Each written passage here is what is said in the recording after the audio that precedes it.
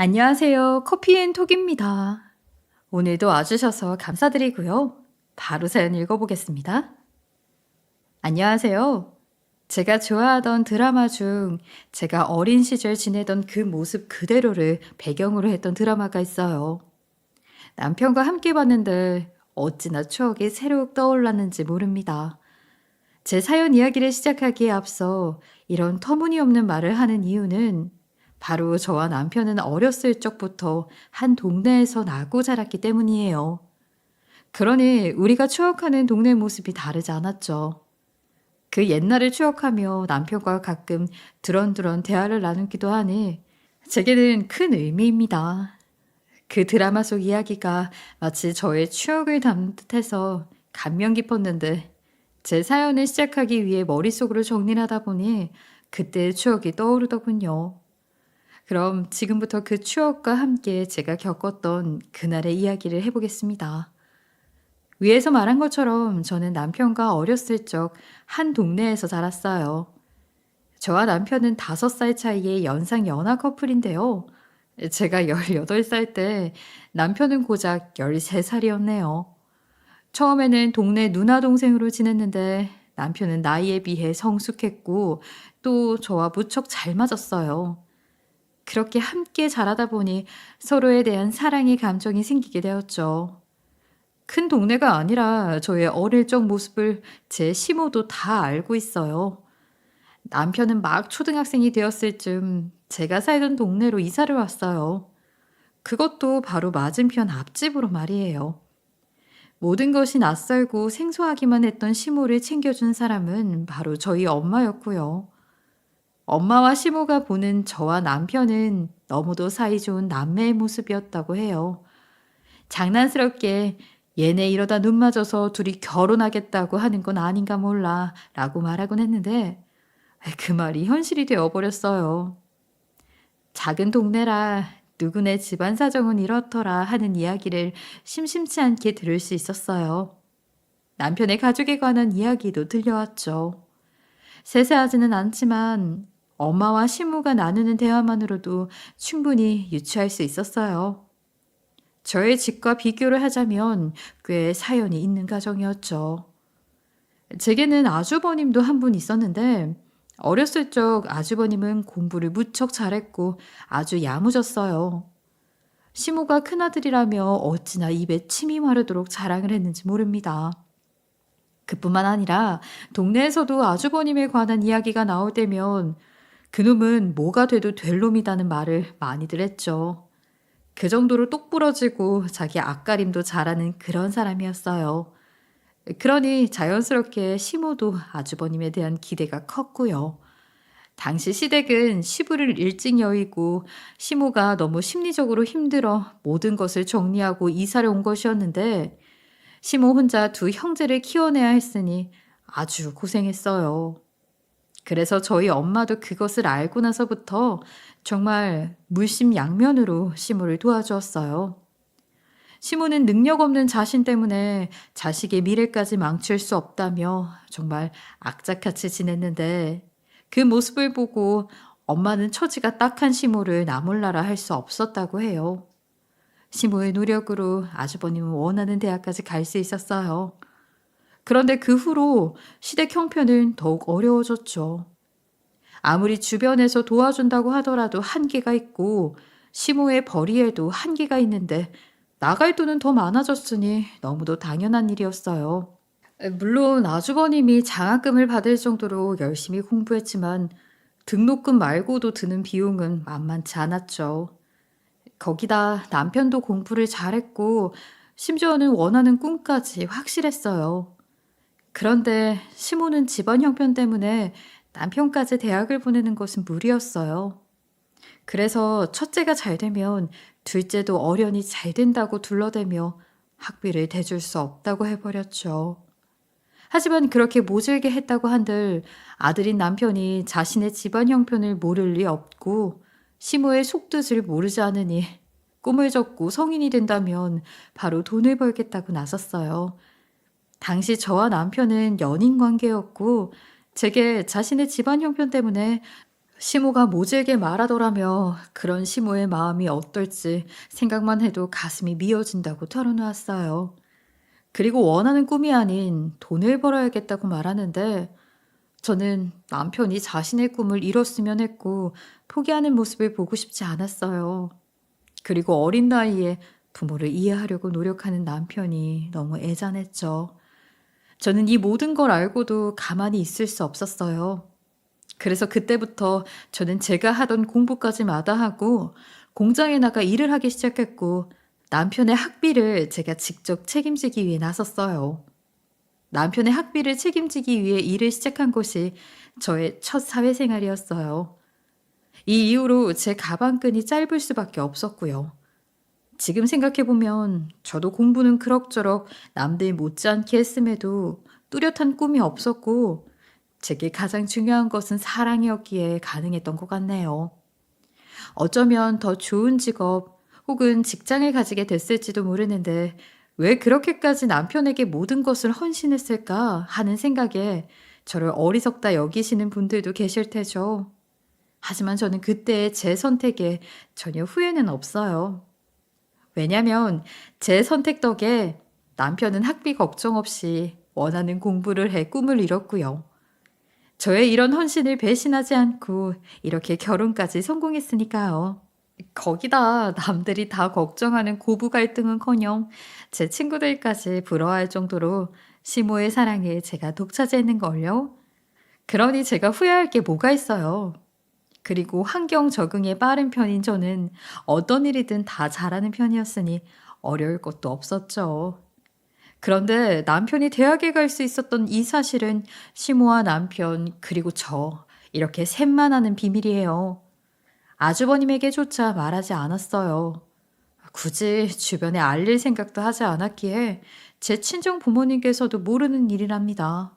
그저 제가 얼른 일하고 싶어서 일찍이 사회에 뛰어들었다고만 알고 계세요. 사람마다 받아들이는 것이 다르니 이런 말을 꺼내는 것은 생각도 안 했고 아주버님에게까지 비밀로 한 이유는 아주버님이 자존심이 무척 강한 사람이라 집안 형편이 어려운데도 아무것도 하지 않고 제 힘까지 빌려 남편이 공부할 수 있었다는 사실을 알게 된다면 분명 당시 자신이 학교를 그만두겠다고 했을 게 뻔했거든요. 제가 이렇게 남편을 위해 열심히 살았다는 것을 누가 알아주길 바라는 마음으로 한 것도 아니고 제 행복과 남편의 행복을 위한 저의 선택이었으니 아주버님이 모른데도 저는 상관없었어요. 하지만 부모의 마음이라는 것은 전혀 다르더라고요. 시모는 제가 어린 나이였음에도 자신을 대신해 남편의 뒷바라지했던 것을 자신이 능력이 없어 남까지 고생시켰다고 생각하고 또 자책도 많이 하셨어요. 저는 그런 시모에게 전혀 그런 것이 아니라 내가 행복하려고 한 것이라고 말하곤 했죠. 하지만 시모는 늘 저를 향한 마음에 빚이 있었고 항상 미안해 하셨어요. 절대 그런 마음 갖지 않아도 된다고 시모에게 매번 말했지만 부모의 마음을 제가 어떻게 헤아릴 수 있겠어요.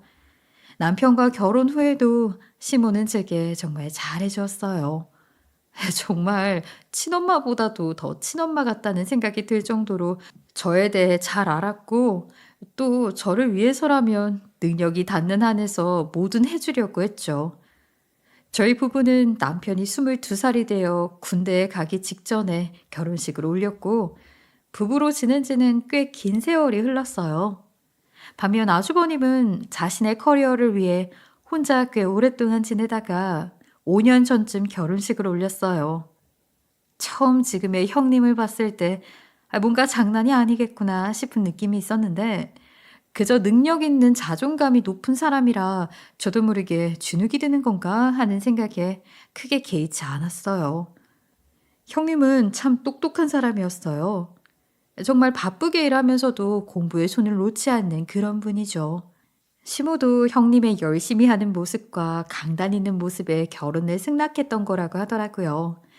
아주버님이 결혼 소식을 듣게 되었을 때 드디어 제게도 형님이 생긴다는 것에 조금 기대도 됐고 뭔가 설레었어요. 정말 잘 지내고 싶은 마음이었죠.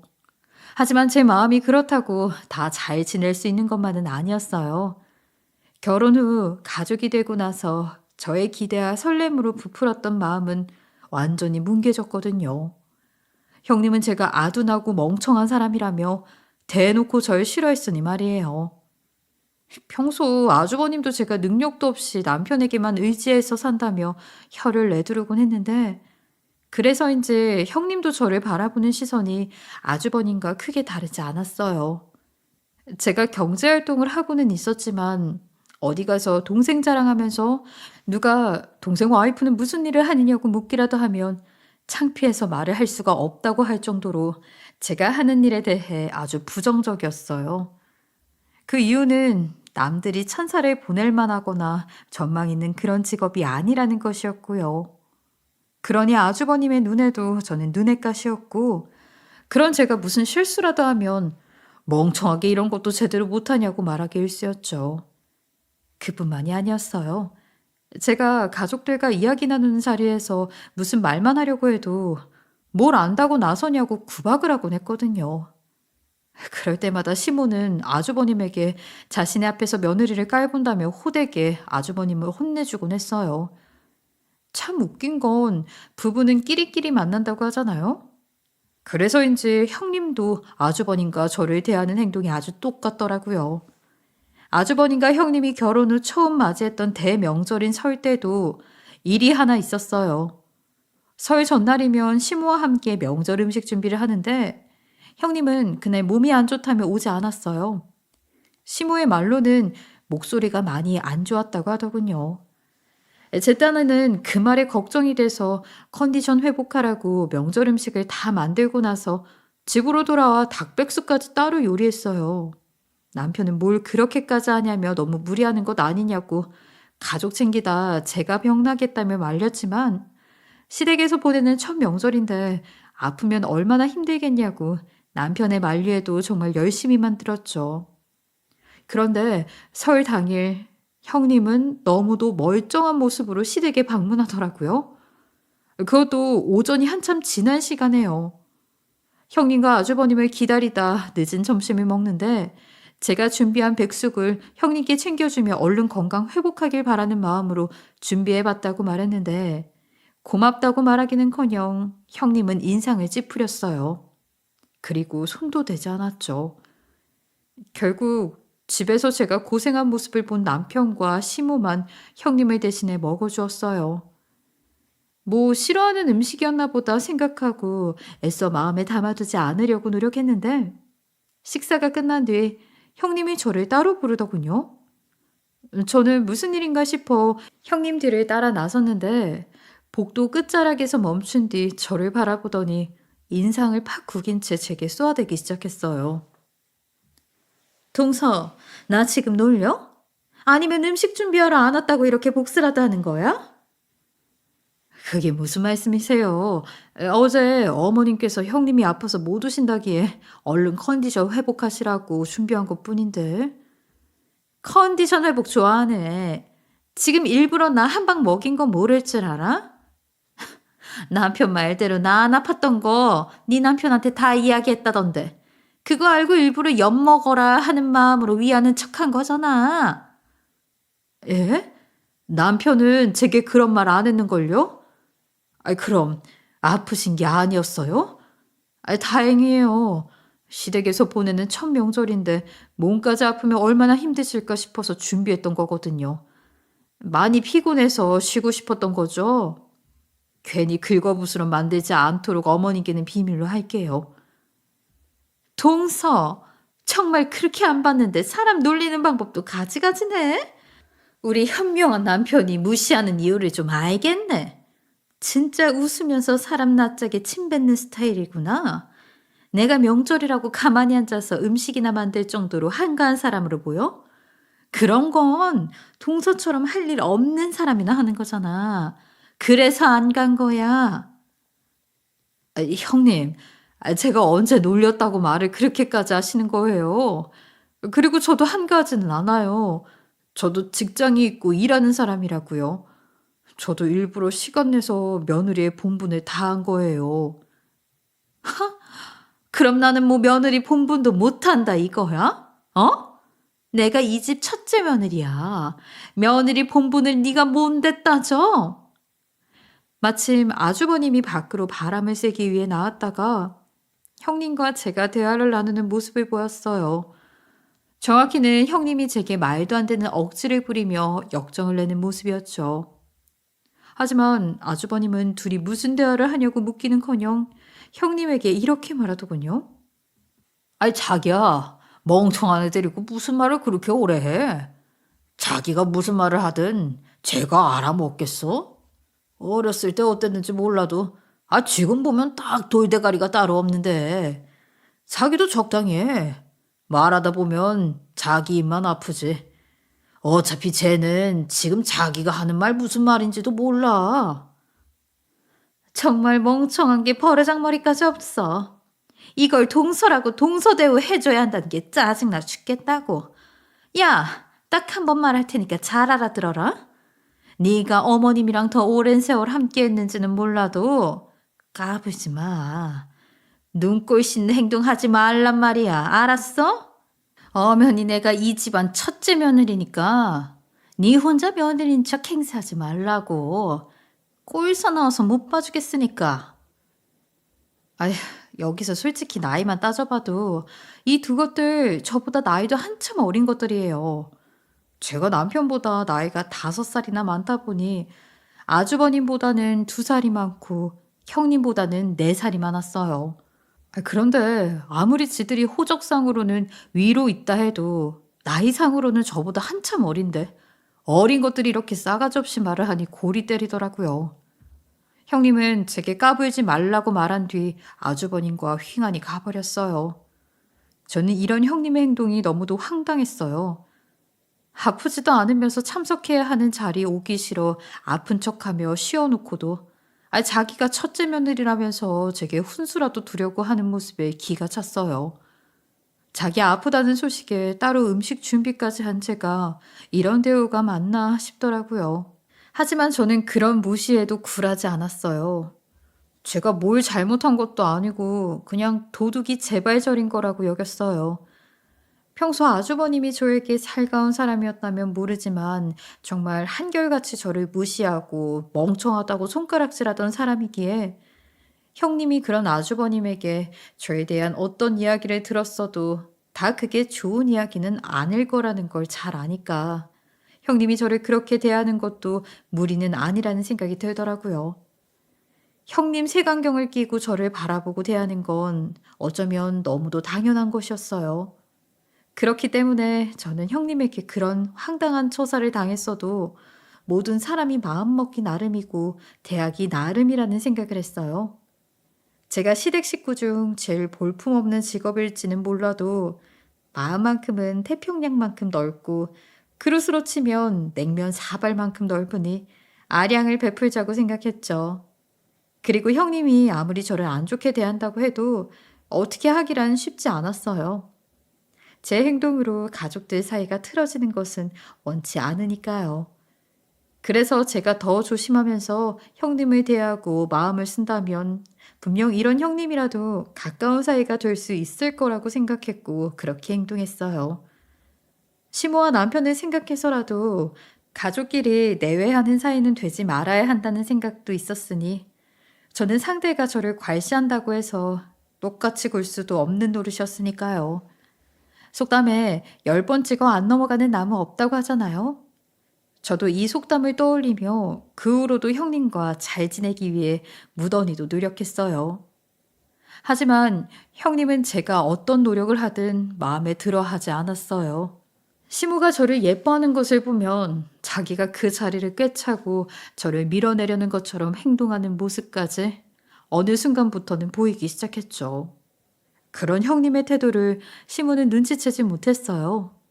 그저 첫째 며느리가 예쁜 짓을 한다 정도로 받아들이더라고요.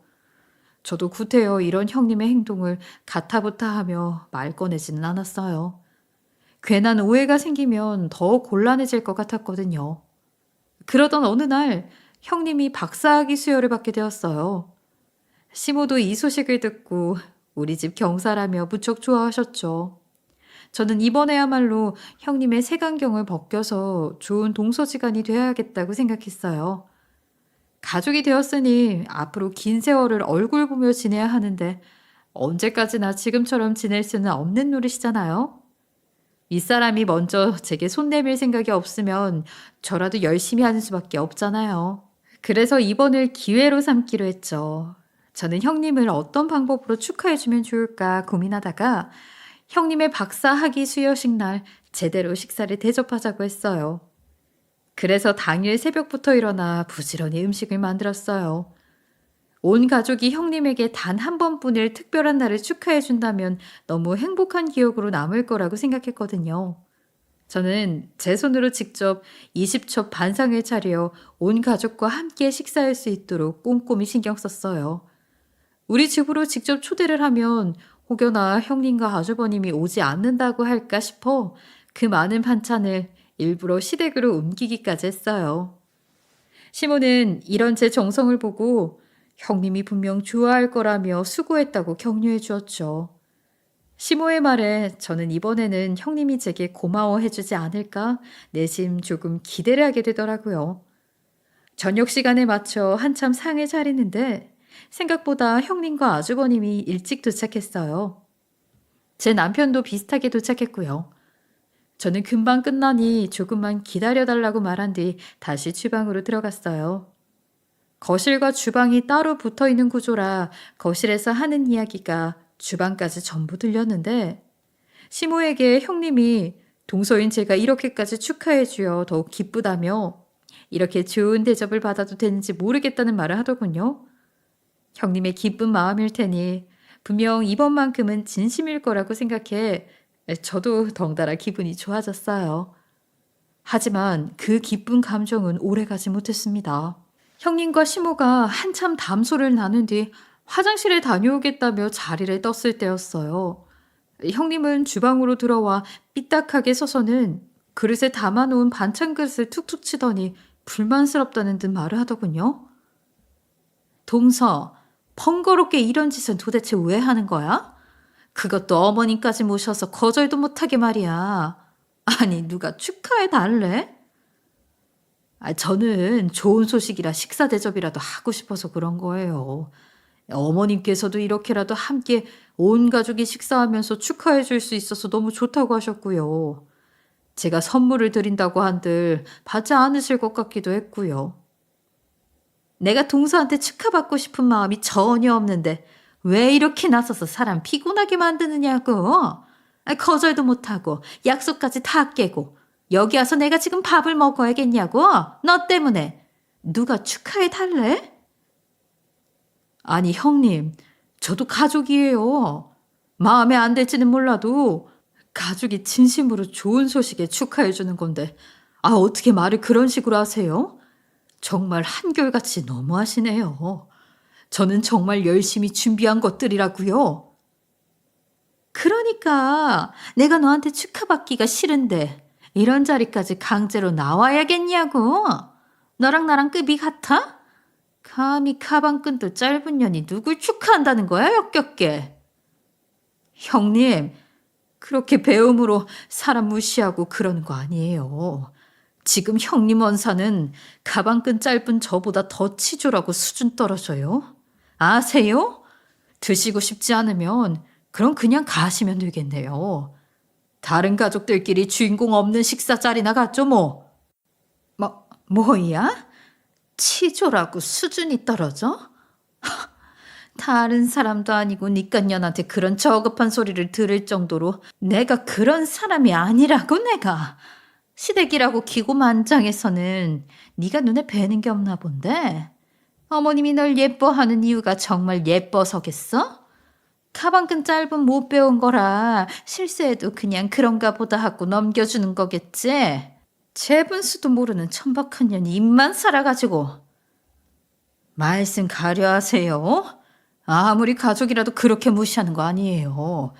조금 더 공부에 전념한 사람도 있고 아닌 사람도 있는 것뿐이지. 그걸로 직업의 기천을 따지고 사람 점수를 매기는 건 옳지 못한 거라는 걸 아시잖아요. 도대체 저를 왜 그렇게까지 미워하시는 건데요? 미워해? 뭔가 착각하나 본데. 난 미워한 적 없어. 없는 사람 취급을 하는 것뿐이지. 넌 이 집안의 가정부 그 이상도 그 이하도 아니야.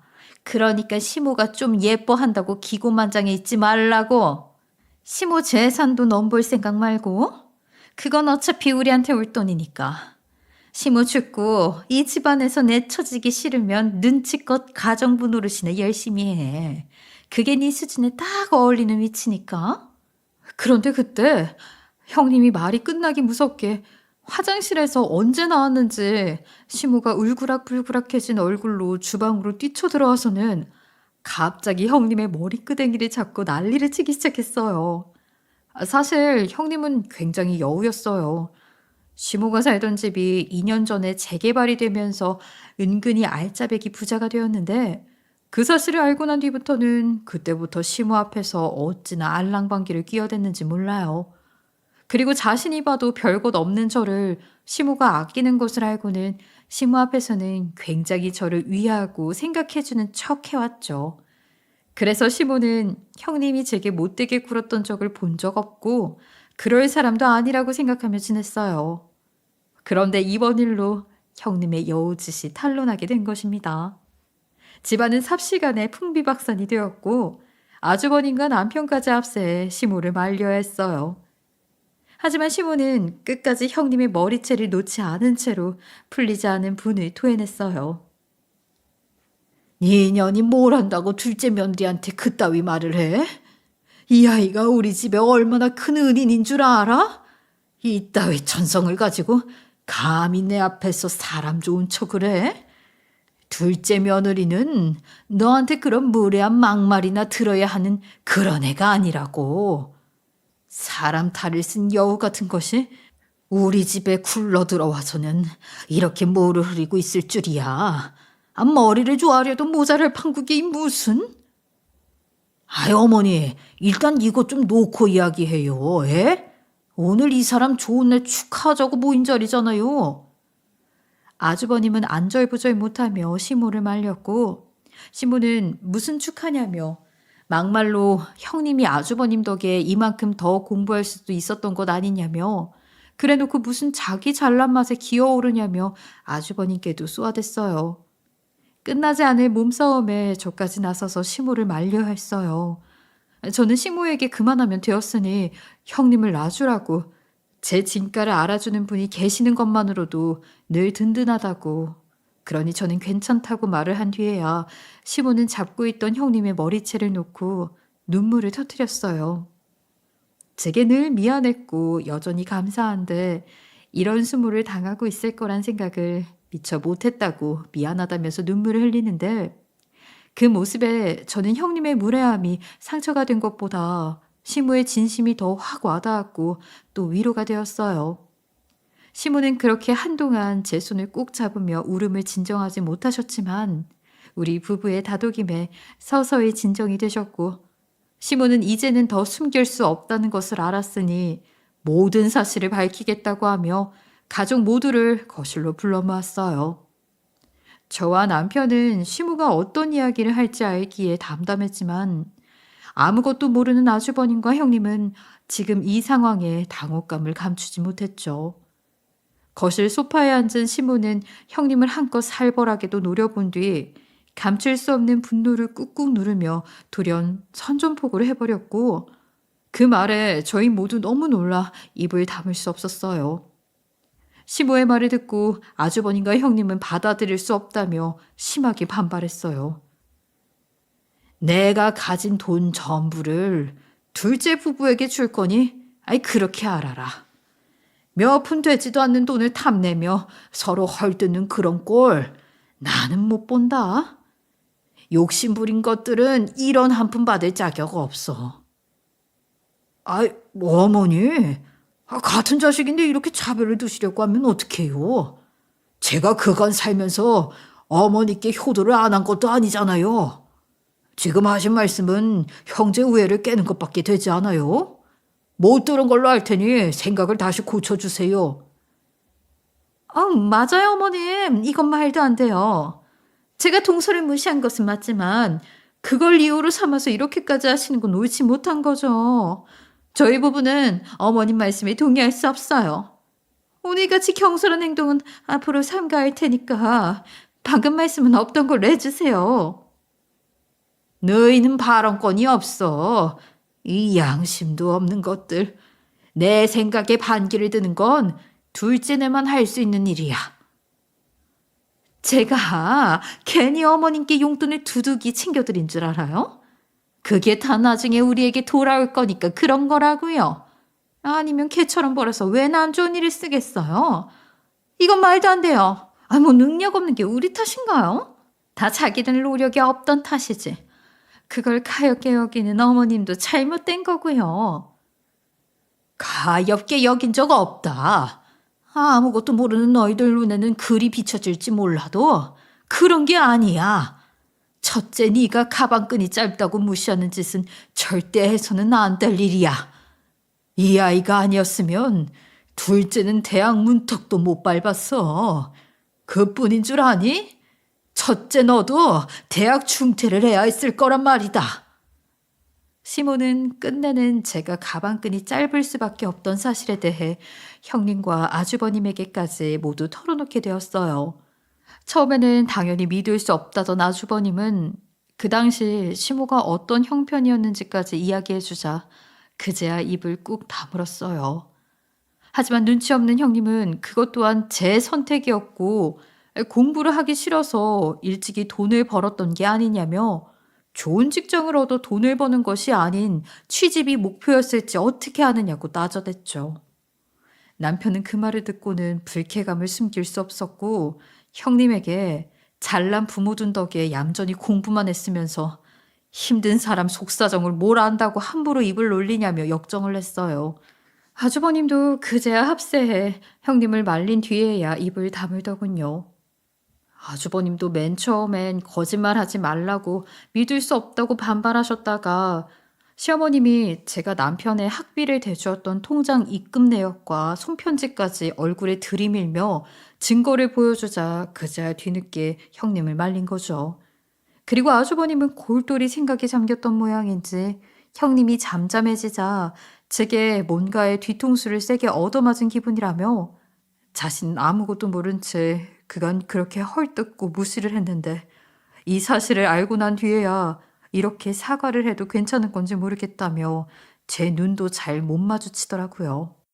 자신이 그동안 제게 해왔던 행동들이 너무 어리석었다는 걸 이렇게 깨닫게 될 줄 몰랐다며 너무 미안하다고 사과했어요. 형님은 옆에서 입을 쭉 내밀고 인상을 쓰고 있었는데 그런 형님에게 아주버님은 어서 당신도 사과하라면서 면박을 주었죠. 형님은 처음에는 싫다고 잡아댔지만 이목이 자신에게 집중된 데다가 가족 모두 자기를 바라보는 눈빛이 좋지 못하다는 걸 느끼고는 마지못해 제게 사과를 했어요. 하지만 시모는 그 모습조차 마음에 들지 않는지 형님을 구박했어요. 너 공부는 잘하는지 몰라도 인성은 정말 바닥이구나. 가족이 아니더라도 헐뜯고 모욕한 것에 대해서는 진심을 담아 사과하는 거다.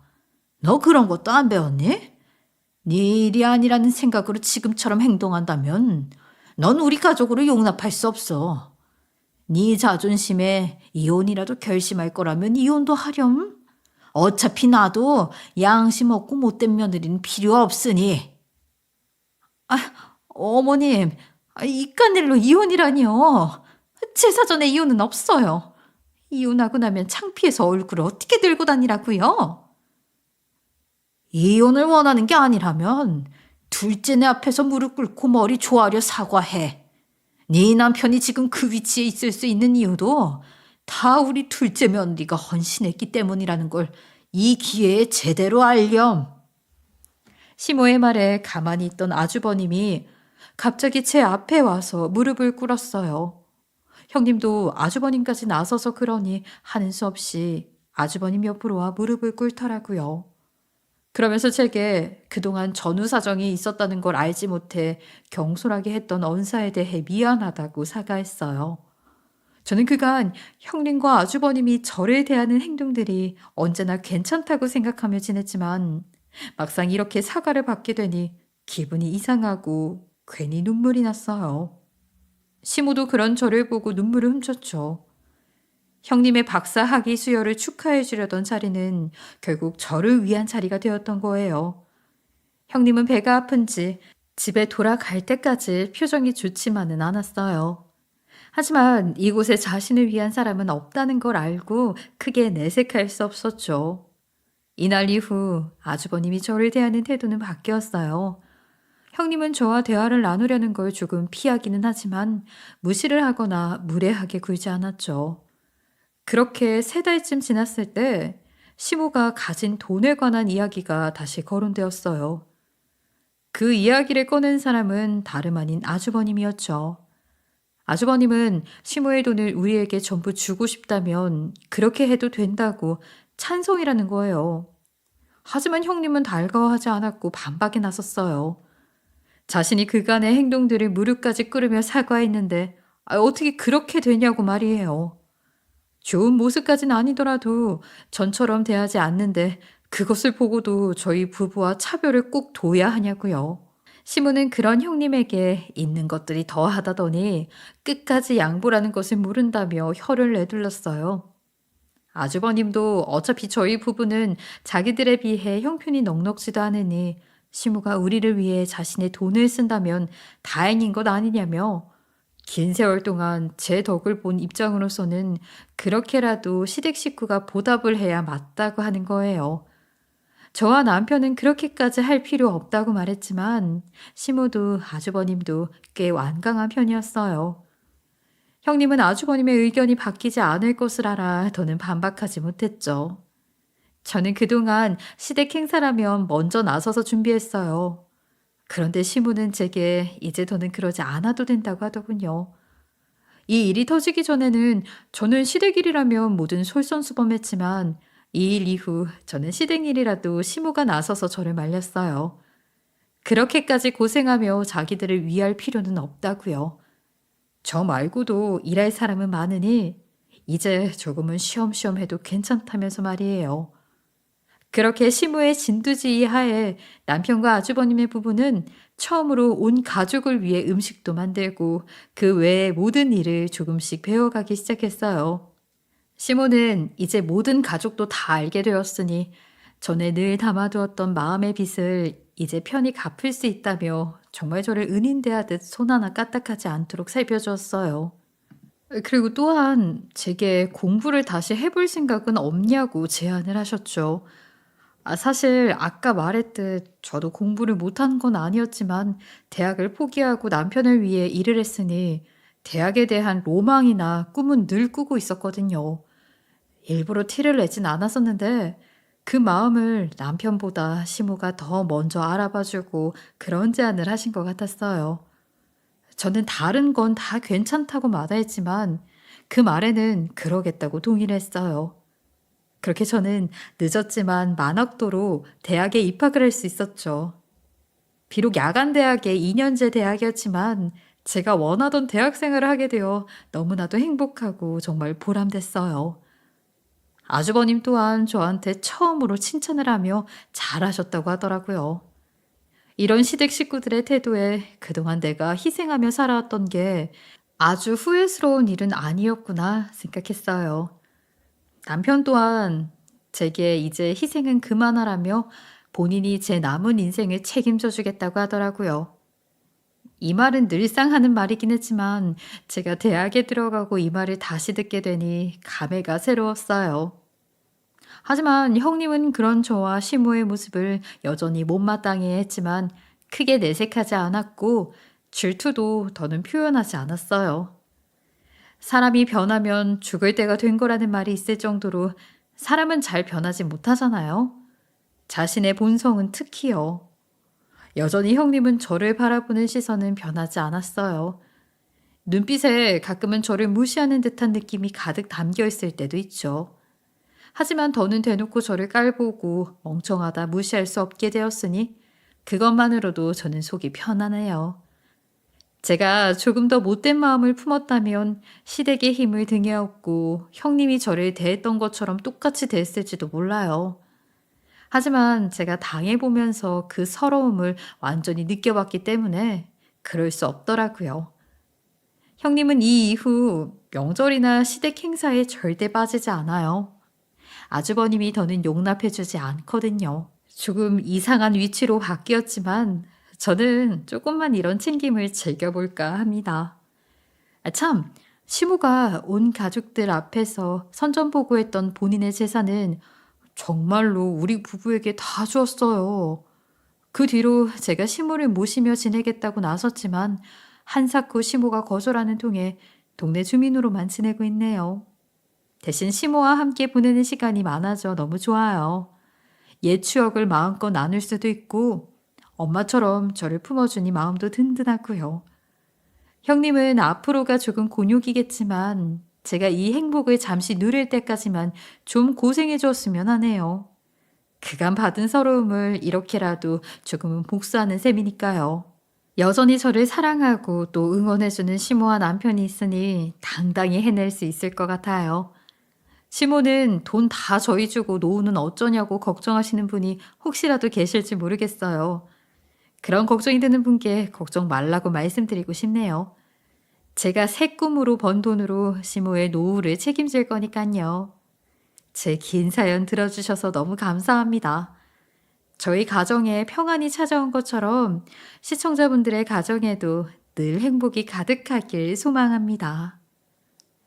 지금까지 커피앤톡이었습니다. 오늘도 끝까지 함께 해주셔서 감사하고요. 다음 영상으로 또 찾아뵙겠습니다.